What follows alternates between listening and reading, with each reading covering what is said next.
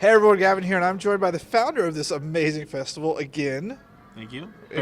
I'm Bears Fonte. And last year we talked a little bit about the festival, and this year, number 2, what was it like?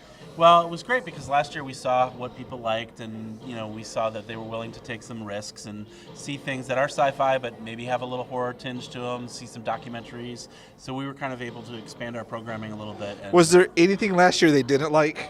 I mean, let's be honest here. It's a sci-fi film festival. You know what you're getting. Where they're like, we expected more cartoons. We were told that they wanted more robots. That was the one thing that was said to us. Sci-fi and robots do go hand in hand. And I tried to explain to people that on an independent budget, sometimes you can't make good robots. But we do have 2 very strong robot films this year. Which are actually pretty amazing. Tim and thank you, and Reconnoiter, both with pretty good digital effects. So if you want to get into other worlds, make a robot film with some cardboard and some tinfoil, and yeah, people will love you, right? Right, we need it. We need robot films, yeah.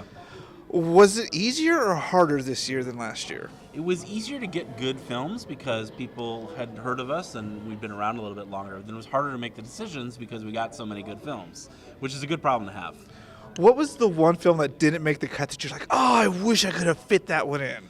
There was, there was one film that I really wanted to play, and we just couldn't get them to say yes fast enough, and that was the problem because they were talking to distributors. It's called The Shamer's Daughter, which I saw at Fantasia in Montreal, and I was like, I gotta play this film. And it was sort of a fantasy sci-fi with a little steampunk element, and they were in talks with the distributor and just couldn't make the decision. So, see, when you say The Shamer's Daughter, I just picture that scene from Game of Thrones with all shame. Shame, like an hour and a half of that, I'd be fine. Yeah. No, it's really cool because it's a fantasy film, but it's as if it's science fiction technology in a fantasy world. So it would have been a really interesting choice for us, and have some people debate about whether it really was sci-fi, which I love that kind of conversation. So from last year to this year, we've run across each other at a lot of film festivals. What are you picking up from the other film festivals that you think is going to make other worlds get to that next level? Well, I really like to talk to the audiences and see what they're enjoying, and I feel like a lot of film festivals, the programmers are kind of distant from the audience, and so we really try to be out, present, talk to people, see what they're liking, and let them feel like they're a part of the process too, because we are picking films for them. We're curating, but if nobody wants to come to see the films, what's the point? So that's one of the things that I've learned from going to other festivals is trying to be more present in the community. And yeah, and I didn't realize that till you just brought it up because, I saw you at Fantastic Fest and all these other ones, and I couldn't tell you who programs for Fantastic Fest. I can't tell you who programs for South by Southwest because it's so crazy, but you're like right here listening to people going, hey, what's up? Yeah, and we try to have brunch. We had a brunch this morning where we sat down, every programmer sat down at tables, and we're like, okay, you've seen half the movies, what do you like? And we want to know because we're fans just as much as they are. We started this festival just so we could see movies we wanted to see here in Austin on the big screen. How is it that in the years since there hasn't been copycat sci-fi film festivals popping up all over the place? Well, I hope it's because we're so good. Nobody wants to try to compete with us. But there's a couple good science fiction festivals in the country, but none near us. There's one in Miami. There's one in Boston.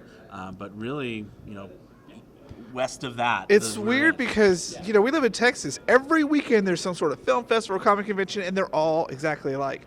And that's why we like Otherworld so much, is because it's not like the other ones. That's why we like Fantastic Fest so much.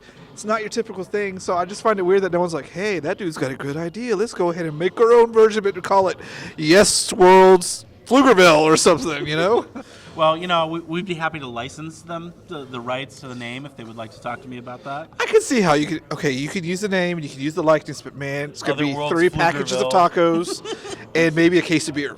Yeah. We're willing, and we have we're planning to do a tour of shorts actually from films from this festival and bring it around Texas, other towns in Texas. Hopefully, go out to like Lubbock and Odessa and Waco and college towns, College Station, and things like that, and bring some of the films that we had playing at the festival there to get them excited for next year. See, that's a great idea because I also realized that you guys did a lot of screenings throughout the year, keeping the Otherworld's Austin brand alive, which I thought was actually kind of brilliant. Thanks. Yeah, we do once a month, and really they're films that either came out too late for us to play at this festival, or we're going to come out too early in the next year, so we wouldn't be able to play it at this festival. So we were trying to find a way to play films that we really liked throughout the year. I thought it worked out brilliantly. I was like, that's a really good idea because, one, it keeps everybody, the Otherworld's Austin, in the forefront, and you're showing these movies that most people wouldn't really get a chance to go see. Because that's the whole point of a film festival is you go see things you wouldn't normally do. And so when you keep that going, people are like, oh, here it comes, here it comes. But also, aren't you afraid that it might also dilute it a little bit? Like take some of the special factor away? It does. It just keeps, as long as we're showing the same kind of films, it keeps our aesthetic out there. And they're films that we would have shown really at the festival, so they're all really great. It's just that they weren't going to be available to play at the festival. So, and like I said, we got way more films this year than we could have possibly shown. So it's nice to have the ability to carry over. We actually already have 2 films selected for next year's. Oh, you're already ready. You're like, oh yeah, we're ready. So of all the films over the year, what has been your one favorite film that you have absolutely loved? That we played, you mean? Mm-hmm. I would say it's still Time Lapse, which was our centerpiece. I was going to say the same thing. That movie was amazing. Bradley King was awesome to talk to. And I was going through Netflix and I was like, oh, that's Time Lapse. I've seen that movie. Every time I'm on Netflix and it suggests films to you, it says, you might like Time Lapse. I'm like, I do like Time Lapse. Time Lapse is the next, Netflix is the next Skynet. And then we had a really great year-round screening this year called Listening, which was in that same kind of mode of a science fiction film that's, just has one little bit of technology that's different, and it's more about the characters and their interactions. So that was a really love good it. one. I think that is out on iTunes, but will be out on Netflix in a month or so. So we're going to get back to Otherworlds Austin. We're going to let you get back to watching more films and managing the crazy crowds. Yep.